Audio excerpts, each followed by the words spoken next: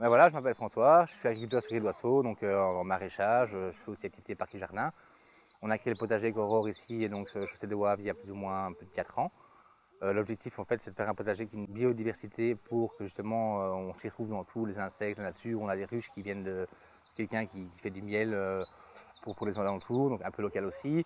L'optique c'est de faire aussi un potager où les gens puissent venir promener, découvrir, communiquer, parler avec nous, donner des idées, des infos, des choses qui pourraient nous aider ou aider les citoyens à faire mieux dans leur potager et qu'on arrive à faire des choses principalement essentielles sur tout ce qui est vraiment local et avec des produits de saison en grosse partie, quoi. Donc des choses vraiment simples, quoi. Donc. On est dans la petite culture par parcelle.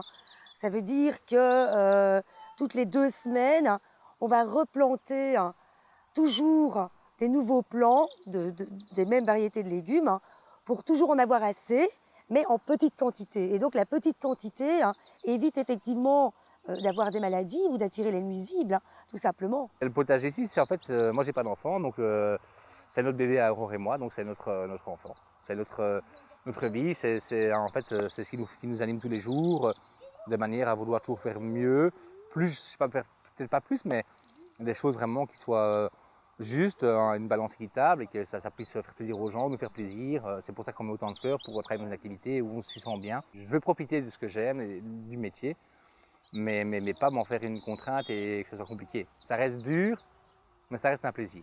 Si c'est plus un plaisir, alors ça n'a plus d'importance. Et pourquoi pas après pour léguer ça à quelqu'un qui serait motivé dans le futur, que ça continue de génération pour d'autres personnes, même dans les communes avoisinantes, mais qu'on reste sur pas des cultures maraîchères, mais des potagers vivants avec de l'animation. Et après, voilà, on va encore agrandir certaines choses qui vont être à découvrir en peu de temps, mais ouais, c'est que du bonheur. C'est vrai que les gens qui marchent, qui mettent, ils découvrent chaque fois une parcelle différente. Ça devient un côté, il y a une âme aussi dans ce qui est fait. Et voilà, ce n'est pas du commercial, mais ça reste. Les défis, il ne faut pas compter 16 heures. Mais il faut savoir que, bon voilà, déjà l'irrigation, le fait qu'on ait fait un prix de forage, ça nous aide et ça nous garantit plus de production. Mais maintenant, ça fait quand même la première année qu'on a le puits de forage et l'eau. Donc ici, on arrive déjà un petit peu mieux à gérer la culture. Mais par contre, effectivement, la contrainte du temps, c'est évidemment le réchauffement climatique, où là, on voit effectivement qu'il y a un gros changement, où là, on ne sait pas encore s'adapter, mais on sait qu'on va devoir le faire, parce que les maladies, les nuisibles deviennent très différents, et les légumes ne poussent plus de la même manière non plus. Maintenant, ce que je conseille à ceux qui veulent faire des potagers, il faut du moral, il faut le contact avec les gens. Il faut aussi faire valoir le projet, faire croire au projet, montrer. Tout n'est pas toujours beau ni toujours rose. Le plus important est tout d'abord de pouvoir rendre une nourriture saine accessible à tout le monde. Ça, c'est une première chose qui me tient énormément à cœur. Et aussi, surtout, de pouvoir récolter des légumes frais du matin et de pouvoir les vendre directement afin qu'on sache que, évidemment, les habitants qui nous entourent soient bien nourris. Le but, et je pense, c'est j'ai presque envie de dire, d'entretenir nos voisins, de participer à leur bien-être. Et quand on voit les enfants qui viennent et qui mangent les fruits, qui mangent les légumes, je peux vous assurer que c'est une satisfaction qui est incroyable. Parce qu'on sait qu'on va leur donner du bon, quoi. Maintenant, nous, c'est un choix de circuit qu'on a fait parce qu'on se sent plus valorisé. Et par rapport à la surface à les cultures qu'on a, on s'en sort quand même pas si mal. On a quand même commencé à 4 ans.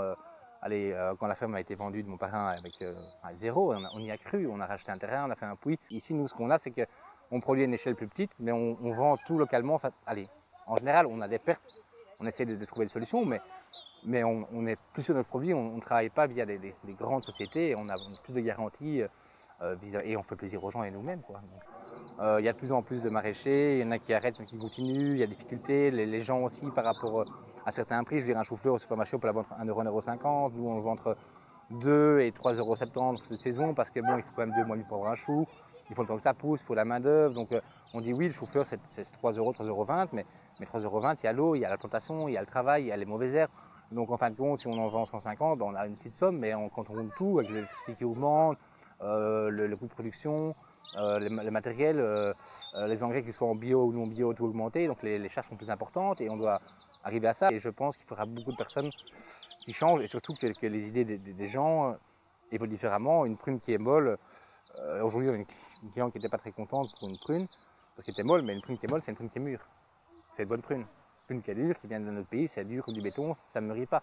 Donc, tout ça aussi, et puis il y a le bio local et puis il y a le bio étranger, tout ce qui est de façon qu'on ne voit pas non plus ce qui se passe, les grands selles, les grands tunnels, et les gens qui travaillent très heureux de l'heure. Il ne faut pas nourrir l'esclavage non plus étranger, mais il faut se nourrir localement, essayer de s'entraider. En fait, c'est comme si on avait créé une famille au sein du potager, parce que je vous dis, voilà, c'est souvent la même clientèle qu'on voit. Et cette clientèle, on parle beaucoup autour d'elle. Et alors, c'est comme ça qu'on accueille de nouveaux clients. Et ça devient quelque chose de très, très familial. En fait, oui, les clients ne nous sont pas inconnus. On est très proches d'eux. Ils viennent nous aider. On parle énormément avec. Oui, ce n'est plus une clientèle qu'on a aujourd'hui, sincèrement. C'est des amis, une famille, ouais. Les clients viennent déjà récolter eux-mêmes. Certains viennent planter, enlever les mauvaises herbes pour apprendre, pour voir. Mais on met effectivement énormément en avant l'autocueillette. Ça oui, parce qu'on veut vraiment que ce soit de la cueillette à l'assiette du client et que le client puisse choisir ce qu'il veut. Ça, c'est extrêmement important. On est heureux de les satisfaire.